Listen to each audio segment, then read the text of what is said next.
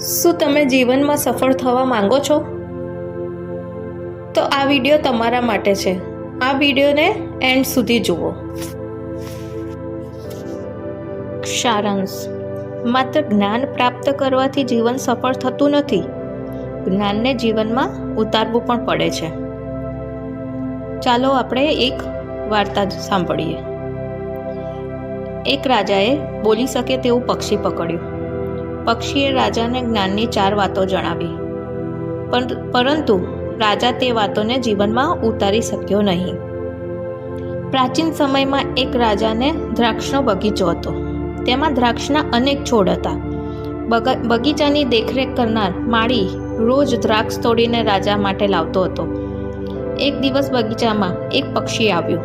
તેણે દ્રાક્ષ ખાવાનું શરૂ કરી દીધું. પછી મીઠી દ્રાક્ષ ખાઈ લેતું અને ખાટી દ્રાક્ષને નીચે પાડી દેતું. માળીએ પહેલા દિવસે તો ધ્યાન ન આપ્યું. બીજા દિવસે ફરી તે પક્ષી આવ્યું અને તેણે દ્રાક્ષ ખાવાનું શરૂ કરી દીધું. તે પછી તે પક્ષી રોજ આવવા લાગ્યું. હવે માળી પરેશાન થઈ ગયો હતો. માળીએ પક્ષીને ભગાડવાની ખૂબ જ કોશિશ કરી, પરંતુ તેને સફળતા મળી નહીં. એટલે છેલ્લે હારીને માળી રાજા પાસે પહોંચ્યો અને રાજાને સંપૂર્ણ વાત જણાવી દીધી.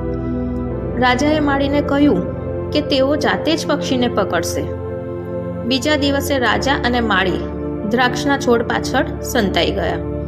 રોજની જેમ જ તે પક્ષી આવ્યું અને દ્રાક્ષ ખાવા લાગ્યું, પરંતુ જેવું પક્ષી આવ્યું તેવું તરત જ રાજાએ તેને પકડી લીધું.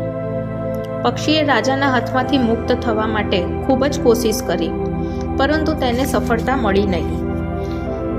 પક્ષીએ રાજાને કહ્યું કે જો તમે મને છોડી દેશો તો હું તમને જ્ઞાનની 4 વાતો જણાવીશ. બોલતું પક્ષી જોઈને રાજા તો આશ્ચર્ય પામી ગયા. તેમણે કહ્યું કે પહેલા 4 વાતો જણાવો, તો પછી જ હું વિચારીશ. પક્ષીએ પહેલી વાત જણાવી કે હાથમાં આવેલા દુશ્મનને ક્યારેય છોડવો નહીં. બીજી વાત, ક્યારેય કોઈ અશક્ય વાત ઉપર વિશ્વાસ કરવો નહીં. ત્રીજી વાત, વીતેલી વાતો ઉપર ક્યારેય પસ્તાવો કરવો નહીં. 3 વાતો કર્યા પછી પક્ષીએ રાજાને કહ્યું કે હું તમારા હાથમાં ફસાઈ ગયો છું. કૃપા કરીને તમારી પકડ થોડી ઢીલી કરી દો. રાજાએ જેવી જ પકડ ઢીલી કરી, પક્ષી તક મળતા જ ઉડીને ઝાડ ઉપર બેસી ગયું. આ જોઈને રાજા પોતે ઠગાઈ ગયો હોય તેવો અનુભવ કરવા લાગ્યા. પક્ષીએ કહ્યું કે રાજન, ચોથી વાત એ છે કે મેં સારી વાતો સાંભળવાથી કોઈ લાભ થતો નથી, પણ સારી વાતોને જીવનમાં ઉતારવી પડે છે. મેં તમને જે વાત જણાવી તે તમે જીવનમાં ઉતારી જ નહીં. તમે મને એટલે કે દુશ્મનને છોડી દીધા, મારી અશક્ય વાતો ઉપર વિશ્વાસ કર્યો અને હવે મને છોડીને પછતાઈ રહ્યા છો.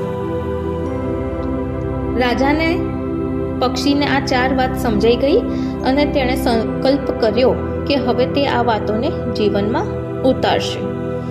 ધન્યવાદ. જો તમને આવી જ વાર્તા સાંભળવી ગમતી હોય તો મારી ચેનલને લાઈક કરજો, શેર કરજો અને સબસ્ક્રાઈબ કરજો. Thank you. જય શ્રી કૃષ્ણ.